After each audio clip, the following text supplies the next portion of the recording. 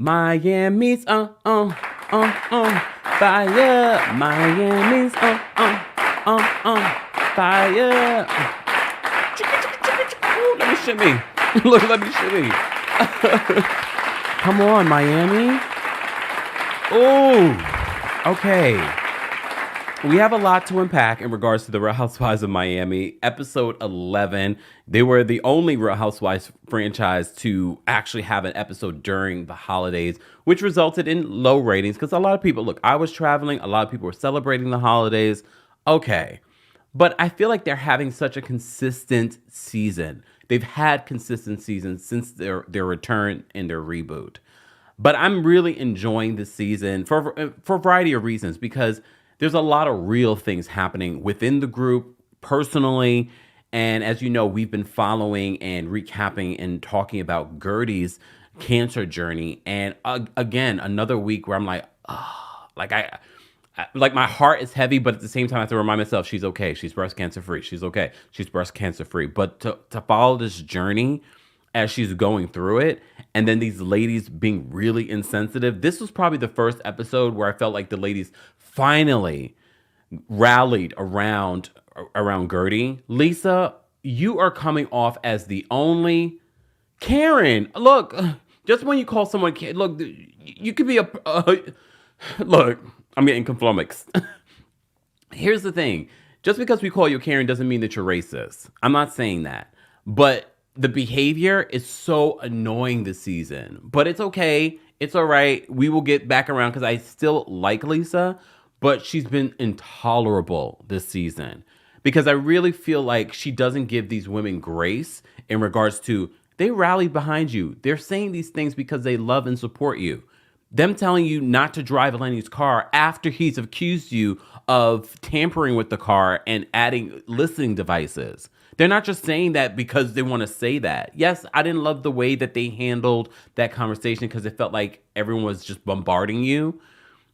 But in Julia, look, I didn't love what Julia had to say in regards to why exactly did you leave your children to come to my party to support my wife?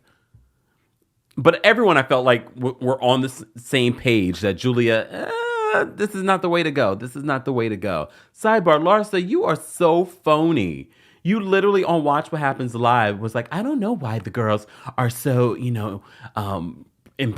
so pressed about Lisa and her spending and da-da-da-da.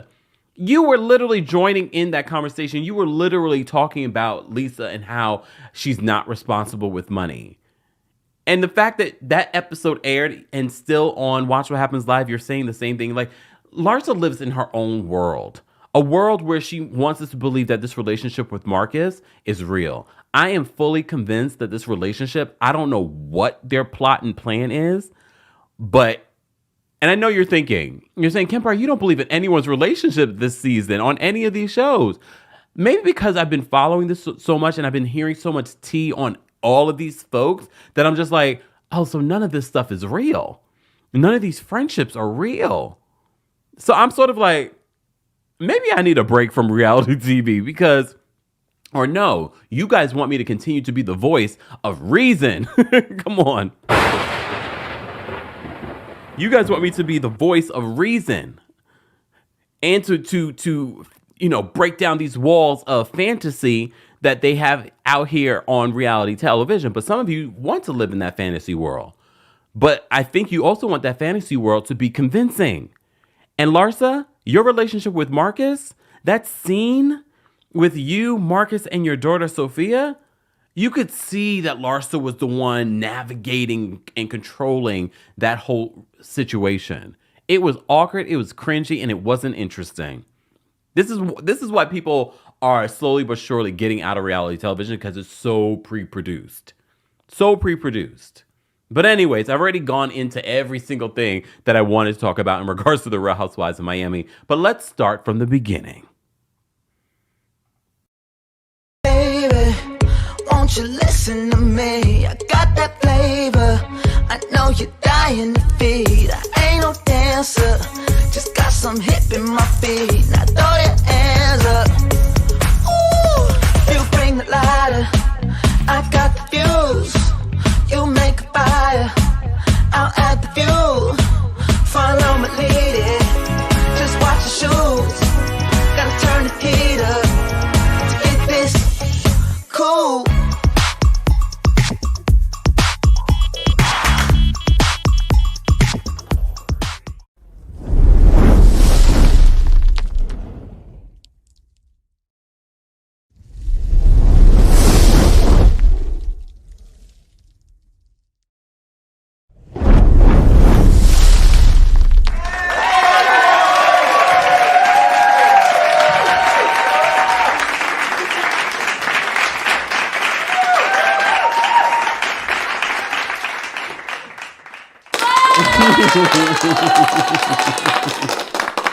Welcome back to the Kempire channel, your number one source for pop culture news and music, entertainment, reality TV, and so much more. As always, be sure to like the video, be sure to subscribe to the channel, and hit that notification bell so you never miss out on breaking news when we go live or when we upload.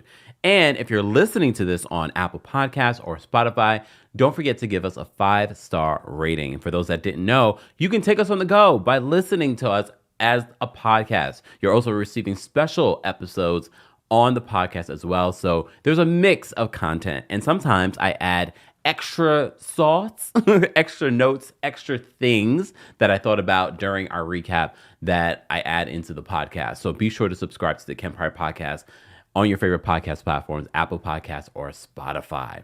So let's get into the Real Housewives of Miami. How would you guys rate this episode from 1 to 10? I thought it was a solid episode. I think I'm going to give it an 8.5. All right, at the top of this episode, this is what I love about Miami and other production companies, other cities. Please take notes. Let's get out of this whole, this is the way that it's always been done. No, let's mix it up, because what I can appreciate about Miami from the beginning of their reboot is that they've really sort of not given preferential treatment to housewives. They really have allowed a housewife like Marisol to have her own scene. And I know Marisol's an OG, but she's still a friend of the show, which is making me start to think, well, she's married. She seems to have a lot going on. Why isn't she full-time? Maybe production isn't convinced. But I still love my Marisol, and I still love the fact just because she's a friend of doesn't mean that we can't get into her life. And we literally do that. We go to her home in this first scene. We get to see her husband, who we haven't really seen a lot of in past seasons, but we're seeing a lot of this season. And I noticed at BravoCon, he was there for her then. During anytime she's doing appearances, he's there. Okay, so, and we get to meet his boys. And Marisol talks about how at 49, she thought, maybe I'll have kids. And she found out, yeah, she just didn't have the capabilities of having children at that point. But she feels happy that with this new relationship, she does have a family. She doesn't play the role of mom with them, but she plays the role of, friend or big sister kind of thing, which can be nice. I can see how, yes, maybe she wanted to have kids at one point in her life, and she didn't, but she still feels like, oh, I have a family. I'm not their mom, but I can kind of be motherly to them. Okay? So I think that's nice. So, of course, being Marisol, she, of course, has invited a psychic medium over to kind of get the bad energy out of the house. I love a psychic medium, but I don't think I've seen, at least I haven't. No, I guess I have seen more, but it's mostly like women. So it's very rare for me to see like a black male psychic medium. We should get him on the show, right? I don't feel like this episode highlighted his talents. I feel like they made it seem kooky and funny, but that's production. I really do believe that he probably is talented, but the way that it was edited made it seem like, you know what I mean? So he says he found some energy. They walk through the house. He finds some energy in this particular room. What I didn't understand was he said once he did the sage, he said give it about 2 weeks. 2 weeks? I believe when you sage stuff out that they just immediately go. Why do we have to wait 2 weeks? Or is that just your guarantee? 2 weeks. Give it 2 weeks. All right. I don't know about you guys, but I feel like, I know some people don't believe and stuff like this, but when you look back at some of the religions and some of the traditions and things like that, a lot of them, they don't call it the same things when they're staging out stuff, but it's all rooted in the same thing, removing bad juju, bad energy, that kind of thing. So for those that feel like, oh my God, are we talking? No, a lot of it is consistent across a lot of different religions, a lot of different cultures. Literally, when I went to Japan, seeing at the Buddhist temples, them lighting incense and things like that. So a lot of that cleansing exists throughout all the religions, which I find to be so fascinating and interesting. And another reason why it's important for people to travel. Traveling is its own education. It really is. And one of the things that I loved about going to Japan was, and what I love about traveling in general, is comparing the things that you wouldn't even think about comparing. Because I think a lot of people just were like, oh, we're looking at the food and how they do food, or religions and things. No, I'm looking at the littlest thing culturally, just intrinsically, the way that they do things and believe in things and how they interact with each other, how that's different. There's just so many little, I can't even think of the things that I paid attention to that I was like, well, that's different. That's different. You know what I mean? Just the most interesting things, and this is why I always encourage you guys to travel if you can. I get it, not everyone can, based off of money, based off of jobs, but if you can, if it means saving up money for the next year, couple of years, it's going to be worth it when you finally are able to do it. And also doing your research on how to travel cheaply too. There are ways to travel that you probably don't even realize that you can, and you can, how you can make it happen. Anyway, I've digressed.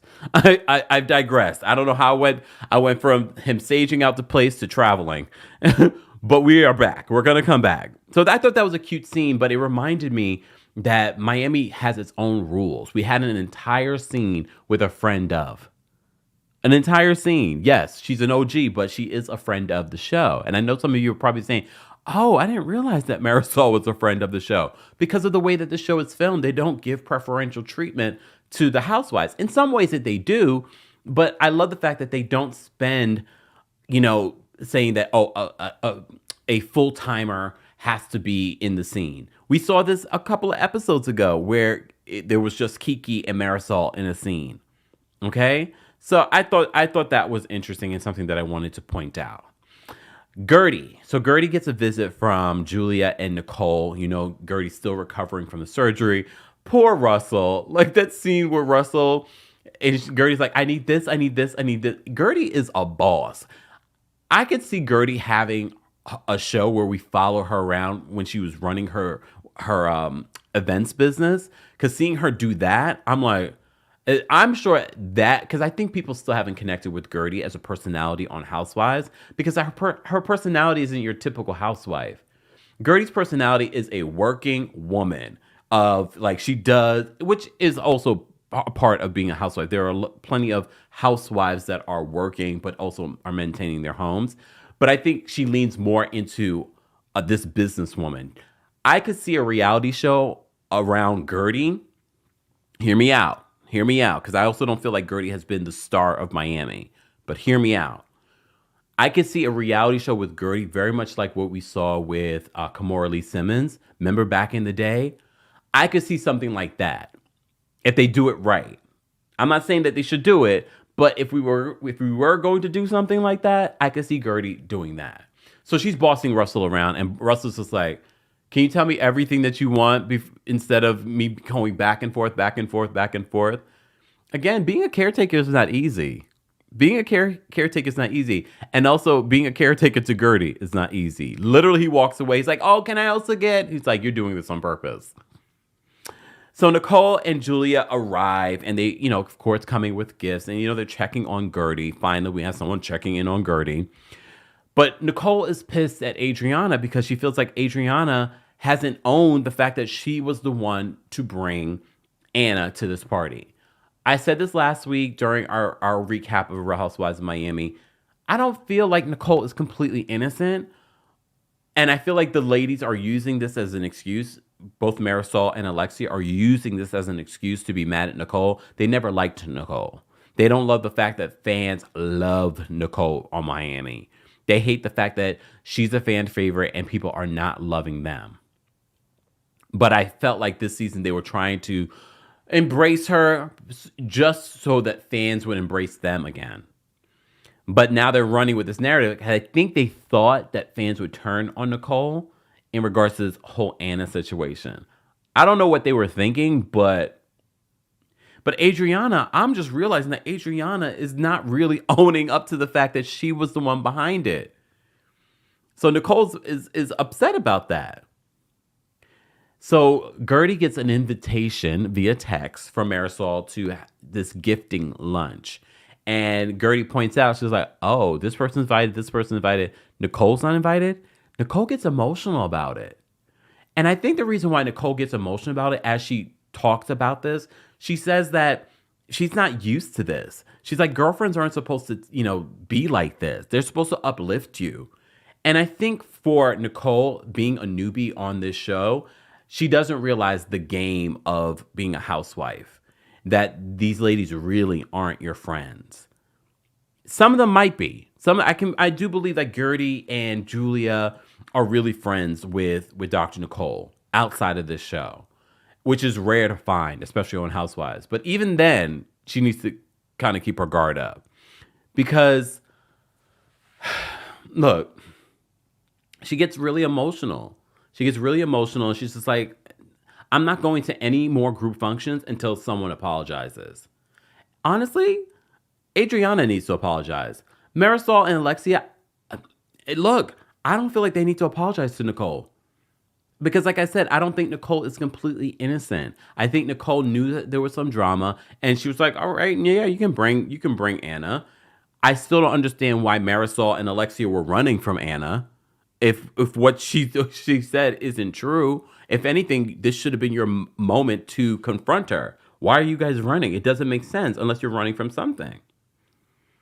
But I also think that Nicole knew that there was drama. Did she know the nitty gritty? Did she know the chapter and verse of it all? Probably not, but I know she pays attention on some level. She's no dummy. But, but Adriana should be the one to apologize to Nicole and take some ownership, because she's allowed it to sort of fester and become bigger than it is. Instead of saying, guys, I'm the one who invited Anna. It wasn't Nicole. You aren't even mad at Adriana. Okay. So Nicole gets really upset about that. And she says that, the fact that these girls do not think the best of her. And they never have. We remember the first season of this reboot. They have always had some sort of issue with Nicole. Dr. Nicole. I love to, DR periods. We love to give them their respect. Sidebar. Is 8.5 from Real Housewives of Beverly Hills still mad at Dr. Nicole? I wonder if they've spoken behind the scenes. She called her a clout chaser. 8.5. Try to call Nicole a clout chaser. I was like, no, Dr. Nicole is fine over at Miami. Miami might not be bringing in the same ratings as Beverly Hills, but the people that are watching Miami love Dr. Nicole. They love Dr. Nicole. They still love Dr. Nicole, even though she's playing dumb right now with this whole Anna situation. Julia says that she intends to clear Dr. Nicole's name at this function. Julia is working overtime this season. She is working overtime this season.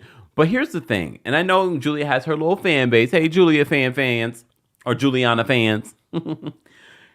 Here's the thing. She's working overtime. I don't need a housewife where it's obvious that you're working for your mojito this season. You could tell that she is working overtime this season to be relevant amongst this cast. Okay? And I don't love that for Julia. I just kind of wish Julia would just be Julia. And yes, Julia is light and fun.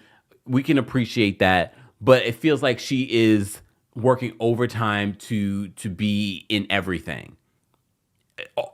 We've seen this the entire season. And it's just like, okay, Julia, like, I get it. You're tired of people saying that you're boring. You're tired of, not having a bigger role in the show. Okay. Look, okay. But she says that she's going to bring this up at the gifting lunch. She's going to clear Nicole's name. All right. But Nicole says she's not going to another group event until someone apologizes. Okay. So we then get this next scene with Lisa taking her son to the bank. So here's the thing. Her son's adorable. I think this was adorable. I love when I see that these housewives, or just, families in general, parents in general, teaching their children about money and going to the bank and how to do that. Because how else are you going to learn that unless your parents do that? I know probably a lot of us that grew up didn't have our parents take us to the bank and teach us how that works, how to deposit a check, how does it work, how to talk to, the representatives at a bank. Like, all of that is important. I know we didn't get all of that. It was just a really cute scene. But for me, it's a reminder for those that have young children that you should teach them how that works. Those moments where you're like, oh, when you're in school, I will be going to the bank. No, no, no. When they get out of school, or when you have a moment on a Saturday, take them to the bank. Introduce them to the teller. Introduce them to the bank representatives. Introduce them to how to deposit a check, how to fill out the deposit. Okay, in this day, look, how to deposit. For those that don't know, nowadays you don't even have to do any of that stuff. You can just go right to the teller and deposit. You can deposit checks and things like that via the app. We've come a long way, but it's still important to bring them in so that they become comfortable, because a lot of us learned that as adults. We kind of had to go in ourselves and learn how to navigate those waters. So this was a cute scene, but this is where Lisa decides, she says she wants to teach her son Lucas, right? Lucas? I think his name is, yeah. How to, to save, and the importance of saving, because she feels like the kids are going to see a drastic change in their lifestyle, going from a 20,000 square foot home to a 3,000 to 4,000 square foot home. Still very big, but I get it. But they're getting kicked out Lisa, you're getting kicked out the house, not them. But I get what she's saying. One of the things that stood out to me in the scene was something that Anna said about how Lisa and Lenny got together. And then she mentioned that, she talked all about her jobs. One of the jobs that she sort of like brushed over was that she was a go-go dancer. And I was like, a go-go dancer in Vegas? She also admitted that she worked for Hooters at one point. Look, I don't think there's anything wrong with that. We are not shaming anyone. A job is a job, all right? Sex work is real work. Not saying that's what she was doing, but I'm just saying, like, I feel like people like to shame people for having jobs like that. She definitely had nothing when she met Lenny. She also admits in the scene that maybe she became too comfortable. Not maybe, she got too comfortable, and now she's sort of like trying to play catch up on building her own empire and working hard for her children. Because she felt comfortable living that life. She thought that she would always live that life. And we have speculated, not saying that this is fact, that she knew that Lenny, I don't think this new girl was the first new girl. This is probably the first new girl that he decided, I'm going to leave you for. And new girl, please understand, unless you allow him to cheat the way that Lisa allowed him to cheat, allegedly, then he going to cheat on you too. How you got him, it's going to how you lose him. How you lose him, speaking of, I don't know, there's no transition for this. Don't forget, guys, we love our friends over at Coldest. Head on over to coldest.com, but don't forget to use the discount code KEMPIRE10 for 10% off of your order. But Coldest doesn't have just water bottles that keep your water cold for 36 plus hours. I need to get a new bottle, actually. They have a lot of really cool new bottles, but they have ice packs, they have sheets, they have pets, things for your pets. I won't say they have pets. Really? No. They have things for your pets. Head on over to Coldest.com. Again, don't forget to use the discount code KEMPIRE10. Also, guys, Kempire After Dark, the tour is finally here. Our first show is in less than 2 weeks. Got a lot of stuff to do before this show. Less than 2 weeks at Green Room 42. Tickets are still available. Head on over to the description of this video or episode if you're listening to this for tickets for the New York City show on January 25th. If you're in the DMV area, we will be in Washington, D.C. on February 16th. Get your tickets while tickets last. There are meet and greets available as well. All right, so back to this. And again, guys, if you haven't already, be sure to like the video. It's an easy and free way of supporting not just my channel, but other channels as well. Shout out to our channel members. To become a member of the channel, head on over to TeamKempire.com/join. And of course, we could not do our live chats or comment section without our King's Guards. So thank you to our King's Guards for holding us down. Speaking of holding us down, Larsa, you are holding us down to this fake storyline with Marcus. So Larsa's at home with her daughter, Sophia. Her daughter, Sophia, actually lives in California. That's where she decided to go to school. Her father lives there as well. Beautiful daughter. So in this scene, Larsa claims that she doesn't talk to Scotty about Marcus or Marcus being involved or hanging out with their children. She's I think that Scotty has like I don't know. I don't know if I believe Larsa in regards to that she hasn't had a conversation with Marcus. Unless she didn't understand the question. Because I think on some level, you would have to talk with your former husband about your boyfriend being around your ex. Or maybe you haven't had that conversation and now he's finding out, like everyone else, that she's shooting scenes with this man. Or maybe he knows that this is not a real relationship. And I know the more I watch this, and I know I've heard tea about Marcus and I've heard tea about this relationship.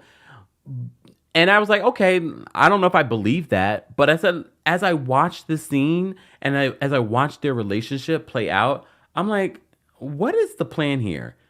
Because normally I would think that Larsa would be with someone like Marcus. So I wouldn't think that this is a fake relationship. But the more I see it play out, the more I'm like, this is not real. This is not real. Lies! The lie! Marcus is awkward. He's very awkward. Anyone else? I mean, Larsa's awkward too, but he's awkward too. Even the way he's... I'm like, I always want to say to him... I'm like, what is happening here? And apparently his relationship with Sophia, she really likes him. Sophia seems uncomfortable filming the scene. She also looks like she feels uncomfortable when Larsa asks her, so how do you feel about Marcus? Is Marcus the one? And then poor Sophia, she's like, okay, I'll say my line now. Yeah, Marcus is the one. And I'm like, this is so weird. This is so awkward. They start talking about her money and how she's managing her money. Marcus says he gives her some money advice, which is not great money advice. And then he says, I'm still learning how to manage my money. We heard recently he had to settle some sort of credit card debt that he owed. I feel like his father has cut him off. And I mean, I've heard things about Michael Jordan's children, his sons, and in their lifestyles and how they've sort of like squandered their opportunities and careers and things like that. So part of what I believe now is he's on the show trying to create some sort of career for himself outside the shadow of his father. Reality TV, like Michael Jordan built the career that he has. He's a billionaire. Literally, it was in Japan, right? Yeah, it was in Japan that I saw that they had the Air Jordan. I don't know what it's called, because here's the thing. Michael Jordan's brand, it's not even words. It's just Michael Jordan's, logo. And I saw it in Japan. I was like, oh, like that money is long. But I think why am I whispering? I think that Michael Jordan cut his kids off. Rightfully so. They're grown. They're like, 30-something years old? They're grown. And I think that they haven't really found a way for themselves. And I think when they tried to find a way for themselves, those businesses that they tried weren't successful. Rich kids, spoiled kids, or as they would say in this scene, privileged. So I think he's trying to make a way for himself outside of his father. And he's chosen reality TV. And I know, look. I know we cover and talk about reality TV. We love reality TV. There's millions, billions of dollars made in reality TV. But it's not made from being a reality TV star. I mean, you can. Look at Bethany Frankel, but Bethany had things that she was working on. But I guess any money for him right now is better than none, especially if your daddy has cut you off. Allegedly, I don't know if he has or not, but it's giving that. It's giving that. He took his first commercial flight at 16. I guess that's a big deal because his father has his own private jet. I don't know. I don't know about Marcus. Every scene with Larsa and Marcus, I'm like, this is so weird. On Watch What Happens Live, she's like, oh, Marcus and I have sex 5 times a night. We didn't believe you when you were talking about you and Scotty having sex 4 times a night. But her and Marcus have sex. Like, it's giving fake. It's giving forced. Okay? And it's so weird. It's so weird. I don't get it. I don't get it. And it feels so forced. And I'm reminded that, what was it, last season? At the top of the season, she had that date. And we told you during our recap of that, we were like, she literally went on this date for a scene. So I felt like maybe she just recruited Marcus because they had mutual friends. She needed a guy so that she could have some sort of story during the season. Because what else would have been Larsa's story this season? Last season or the previous season was about her divorce. Last season, she finalized her divorce. And Scotty didn't even want to film with her. So it's giving fake. I hate to say this, but it's true. I got to tell you what I'm really thinking. I can't hold back. Look, I can't hold back. Speaking of not holding back, did you guys see our Real Housewives of Beverly Hills recap? Just when I thought, like, I don't know what we're going to talk about this. The episode was okay. We were singing. We created songs. We went through song lyrics. We were like, why did Morgan Wade sing this particular song? Only for us to find out that that wasn't the particular song that she sang during the actual charity event. Some of you were in the comment section. So you know it was another song. Take Me Away was the song that she performed. Well, I read the Take Me Away lyrics after I saw that comment. Those lyrics weren't much better. Lies! The lie! They weren't much better. But okay, maybe there's some significance. I'm not going to judge, but judging. Okay. Anyways, back to our Real Housewives of Miami recap. All right. So we had that weird scene. Anyways, I want to move on. Alexia goes looking for a new apartment. As you know, Anna said that Alexia had to hightail out of that other apartment. They had to break their lease, allegedly. Alexia has said that's not true. They sold up the apartment, and that's why they have to leave. But Todd is actually on a trip with his daughters, and that's why he's not able to help Alexia look for this apartment. And she's like, he's a real estate agent. Yeah, but you're a grown adult. You don't have to be a real estate agent to go look for an apartment. You're a grown adult. She probably just never had to do that before, maybe. Okay. So they go to look at this apartment. Apparently, there really isn't a lot of real estate available at this point in time. But a lot of people move to Florida. But I don't see a lot of these people that move to Florida living in these big, expensive apartments. She's taken Frankie with her to go look at these places. And Frankie is not impressed. He takes one look at his room. He's like, no, this is too small. What I love about these scenes with Frankie and what Alexia is doing in these scenes, which I can appreciate, and this is where I see value, is her pointing out the fact that Frankie, her main concern is Frankie's safety. In her current building, they know him. There's a front door person. God forbid he goes down there and he's leaving. There are people, neighbors that are looking out for him. What she points out in this, and as someone that worked in the nonprofit sector for a very long time, and specifically with people with developmental disabilities, is how important their environment is and consistency is. So she's like, yeah, I don't want Frankie to have a tub in his room. I don't want Frankie to have a balcony. Like, she's thinking about all of these things, and I love the fact that she's pointing it out, because I think a lot of people wouldn't normally think about these things, but she has, because she's lived with this for the last few years. And he's made a lot of progress, and she says because they're going to make this move, she expects that there might be some regression in all the improvements that he's been making, because now he's in a different environment. Now he's in a smaller room. Like, only person I feel sorry for now is Frankie. Like, if they get a smaller room, I don't care. Frankie, like, I don't need for him to be unhappy or uncomfortable. Look, like, Frankie's like our kid. So, like, that's my main concern. But I appreciate Alexia pointing these things out on camera so that people have a different perspective. Okay, she's not just moving out of a luxury apartment. She's moving out, but she has a son with developmental disabilities. And those are things that she has to think about. The tub, the balcony, all important things. That balcony looked nice, though. Anyways, I love to look at property. So this was like a great scene for me. I was like, oh, this is nice. I don't really love the aesthetic of Miami, like a Miami apartments with it's kind of, it gives cold. It gives cold, but it's all right. Anyways, Marisol's gifting lunch. Okay, I have a couple of questions. So when we were first introduced to Marisol, we knew that Marisol run a PR company. She ran in a lot of big circles, like with Madonna, Versace, Gloria Estefan. Like ran in those circles. I don't know how Marisol makes money now. I mean, obviously she made a lot of money in her career, so maybe she's living off of all of that. She had $50,000 worth of florals. Please understand, she's no dummy. She worked in PR. She probably negotiated. This is going to be featured on a reality show where millions of people are going to watch. So she probably got a lot of that stuff for free. And I know a lot of people probably like, oh my God, you're selling your wares. You know how people judge Jenna Lyons on Roni? They're not going to judge Marisol. If anything, we're like, this is fantastic. The group are like, this is great.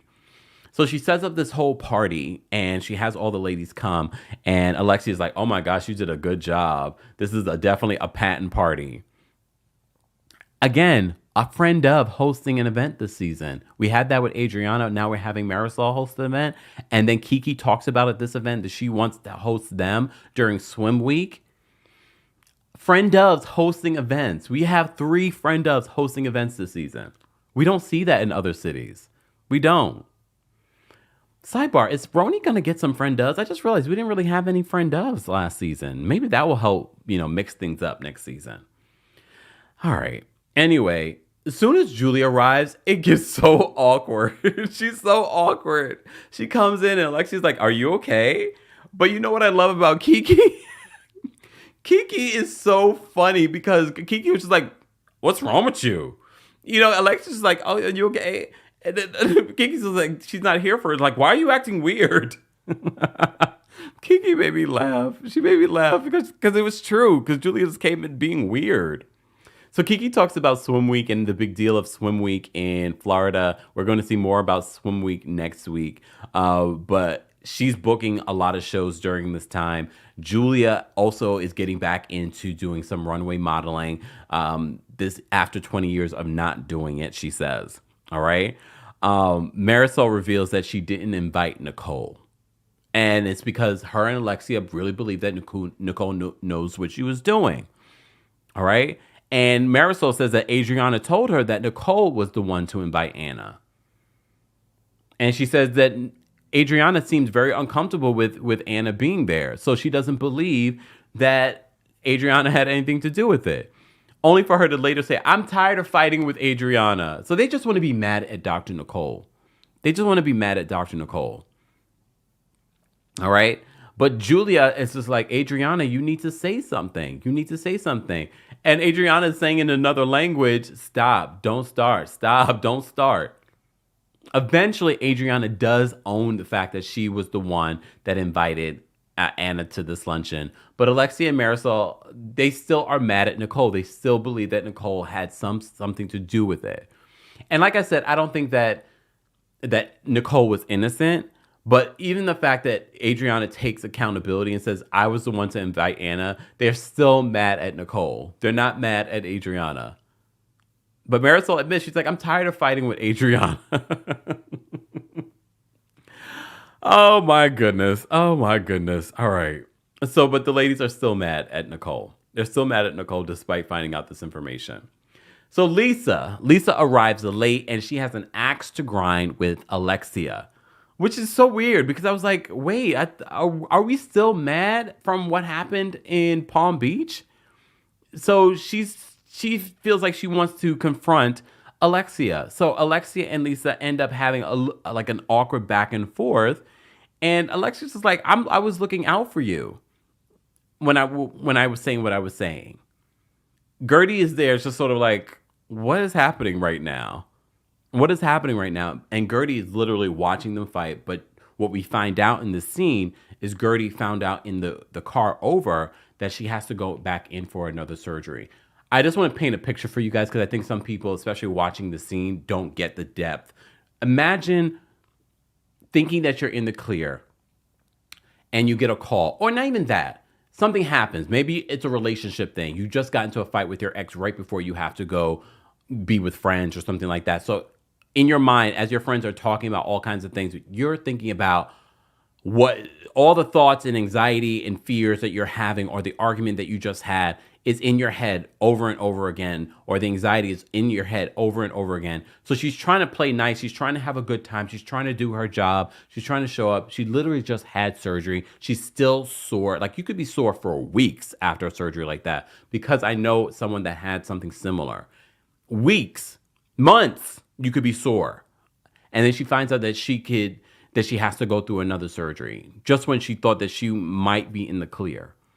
And she wanted to have a good time. They're running around this party. There's gifts and things like that. They love it. They love it. So she wanted to be able to forget all her troubles. And the minute Lisa comes in with her dark cloud, fighting with Alexia, assuming the worst of Alexia, when I feel like everyone's intentions with Lisa and what she's going through is to help her. I really do believe they're more willing to help her than Gertie right now. All right? So Gertie's listening to them go back and forth, and she's frustrated. And she's like, I gotta go. I'm leaving, guys. I can't do this. And she was like, I lied. I'm not okay. I have to go in for a second surgery. So everyone's just like, what? And what I loved in the scene, what I've been criticizing them for the last couple of weeks, is that as Gertie's leaving, they're trying to support Gertie. And Gertie inside says, make it right. She's looking at Julia, make it right. Because what she's saying is that make sure that Nicole's name is clear. She's not the one behind this. She's also reminding them, I can't sit here and listen to you guys talk about the pettiest things, and I'm thinking about life or death. I'm thinking about my health. I'm thinking about whether or not I'm going to be here for my children, my young boys. And I know a lot of you watch this are triggered because you've been through something similar. You've had family members that have gone through something like this. This is why it's important for Gertie to share her story. So I'm watching this. I'm just like, ooh. But what I loved was that the majority of the party, not Lisa, Kiki eventually joined them to say goodbye to Gertie. But Gertie, through tears, is telling them, make it right, make it right. We also forget, if you've been watching the reboot since the beginning, Alexia and Gertie were friends. That's how Gertie was sort of like brought onto the show. They've had a friendship. And they've sort of lost their way from being on this show. But what I see in this moment is that friendship still. You know what I mean? If it's a real friendship or not, but I see it in this moment. Oh, Gertie, you've been taking me through it this season. And I keep reminding myself, she told us at BravoCon she's cancer-free, But you've been taking me through it, Gertie. Like, my emotions are just like, because then I walk through it in my mind. I'm thinking like, okay, she's trying to put on a good face for the party and for the cameras and have a good time and all the gifts and have a good time with the ladies. Then, of course, again, it's a reality show. They have to have their drama. They have to go do the back and forth. And she's just like, I think for her, in all reality, all this back and forth, all this pettiness, I know it's for reality television, but my reality is that I'm fighting for my life. And all of this back and forth, Lisa, you not understanding that everyone's intentions is that they love and care for you.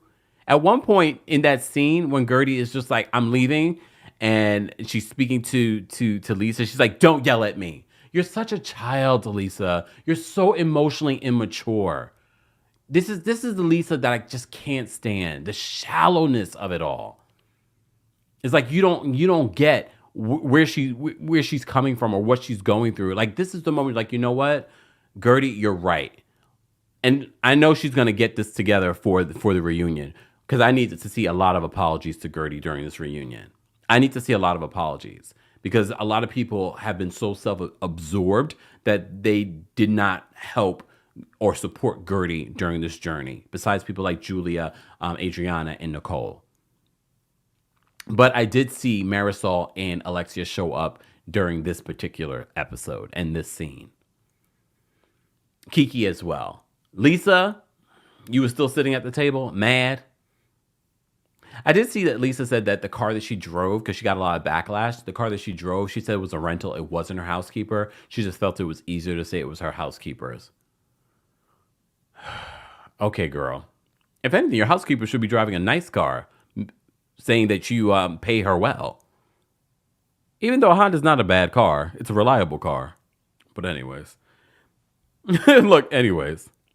Guys, if you're just joining us, don't forget to like the video. It's an easy and free way of supporting not just my channel, but other channels as well. And don't forget, you can listen to the live audio of this podcast on the podcast, Kempire, on Apple Podcasts and on Spotify. While you're there, don't forget to give us a 5-star rating. And don't forget, the Kempire After Dark tour is coming to New York City, January 25th, and then Washington, D.C. on February 16th. More dates are coming, so stay tuned for that. Be sure to follow us on all our socials so you don't miss out on those announcements. TheKempire.com will link you to all of our socials.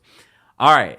On that note, I thank you guys so much for being here for our Real Housewives of Miami recap. This is a pre-record just because, look, life is lifing. I got a lot of prep to do, guys, before this live show, photo shoots, and just a lot of things happening. Of course, along with a lot of content to create on other platforms as well. So be sure to check out that stuff.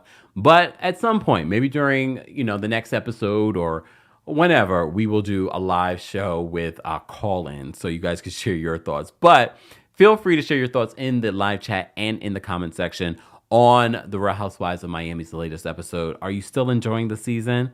I'm ready for this the reunion to happen for some of these shows. People have a lot of answering to do, so we shall see. Thank you guys so much for being here. I will see you guys in the next recap of the Real Housewives of something. When's the next one? No, I guess our next recap will be Love and Marriage Huntsville and all that drama. Be sure to check out the video that we posted yesterday where we talked about Martell Holt coming out, breaking his silence in regards to his recent arrest. All right, let's get out here, y'all. Thank you so much for being here.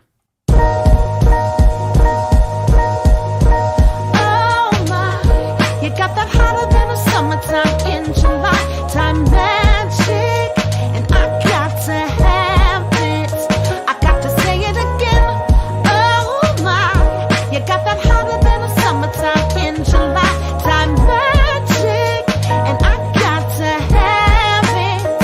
Ooh, baby, you're my sugar dripping, chocolate covered waffle cone. No, I can't leave that boy alone. Need a taste up in the morning. You got a girl just jonesing. Need a fix from my favorite type of candy store. Got me shaking, going out of control. Let me have a little something. You know I'm hooked up on that loving. Let's rock, roll, escape. Let the stress